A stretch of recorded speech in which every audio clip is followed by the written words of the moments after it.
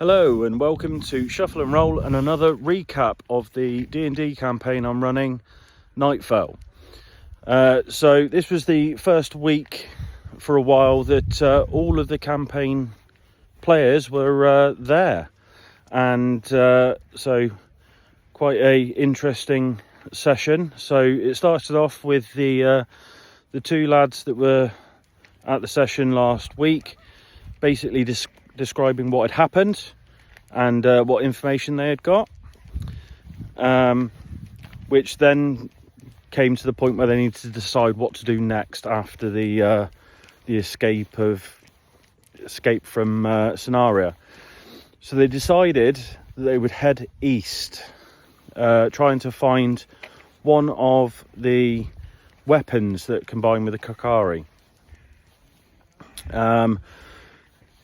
To avoid a band of knights called the Laynort Knights, who were very much against magic users, and 4 of the 5 players being magic users, they decided they'd try and stay away from them. So they headed down south to Pavel Grove, and then they shifted east from there. Whilst they were at Pavel Grove, they met up with Solon Tufusin again, and had a chat with him to find out if he'd found out any information about Logan, of which he hadn't, and what his plans were. And he said that he was still trying to find out information and wasn't travelling south yet. They then made their way into a bar tent in the encampment, and whilst they were there was a gnome performer there, female, and Eschentorp the bard, who is also a gnome, decided that he'd join her and play a little song with her, getting a natural 20 on his performance and absolutely raking in some cash. Whilst they were performing, 2 of the other players decided that they'd use this opportunity of people being distracted to pick some pockets, so they made a little bit of money as well. Once the entertainment had finished, Eschentorp decided to take his newfound female friend out of the tent, posted up a Learman's tiny hut, and absolutely destroyed her. But then, whilst he was doing this, he was periodically making the hut go see-through, so everyone could see exactly what was going on. So again, that brought a bit of a crowd. About 100 nobles ended up standing around this hut watching them two go at it. And then she slapped him on the face and ran off, and they decided they needed to get out of there. So then they moved east to a little village they found in the mountains.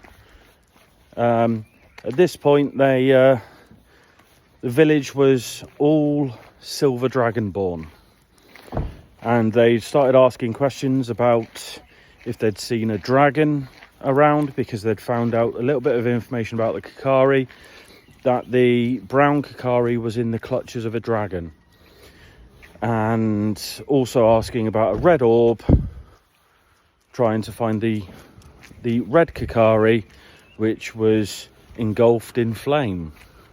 And that's all the information they had. So they were just trying to gain a bit of information, of which unfortunately they didn't find any. So they then decided to carry on.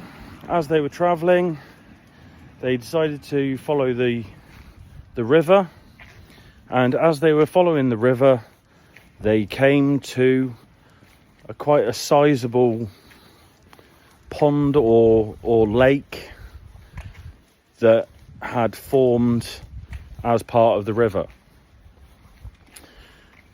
They then, using their perception, figured out that there was a bit of scum on the water and a few dead fish, quite large fish as well, so it was obviously something large that was eating it. And as they were talking, they'd left it a little bit too long, and as they went to walk away from the lake, there was a big eruption of water, and the 5 serpent heads of a hydra appeared. And that's where we ended off the session. So the next session will start off straight with initiative and quite a sizable fight, I think. So they're starting to move in different directions from just staying in scenario, which is good, because the main premise of the campaign is to try and traverse the map and the continent, trying to find the Kikari and the weapons. So they're starting to notice that, as they're realizing that the Caledonians aren't going to go without a fight, and they need a bit more firepower to take them out. If you're enjoying these videos, please give me a subscribe and a like, and I'll see you next time.